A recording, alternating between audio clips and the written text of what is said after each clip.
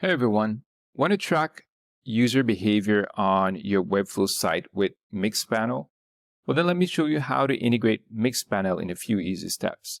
So create a Mixpanel account and get your project token. You need to go to Mixpanel, create your project, copy the project token from the project settings. Next, you want to add the Mixpanel code to Webflow. And here's how that's done. So go in your Webflow project, go to project settings or site settings and click on custom code. Paste the Mixpanel tracking code into the head section. Don't forget to replace your project token with your actual token.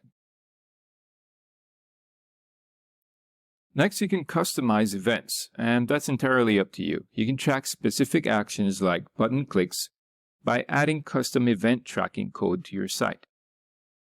All right, so you save that and then hit on publish and you're good to go. So you can now analyze user data on Mixpanel. So if you found this tutorial helpful, then hit that like button and subscribe. And I'll see you next time.